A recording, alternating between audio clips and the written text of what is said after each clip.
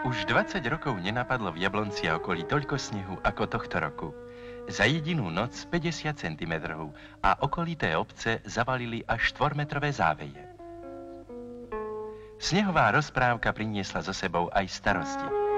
Pracovníkov cestnej služby je málo a strojov, ktoré majú zaistiť zjazdnosť, je nedostatok. Môžu si ich síce vypožičať z nepostihnutých krajov, ale bez posádok a dráhok.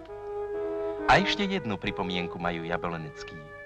Chemický odpad kalkosan, ktorý sypú na cesty na miesto soli, ktorá autám škodí, má stáť od nového roku 3000 korún za tonu, čo je takmer dvojnásobok predošlej ceny a pri potrebe 300 tón je tento skoro miliónový obnos pre okres neúnosný.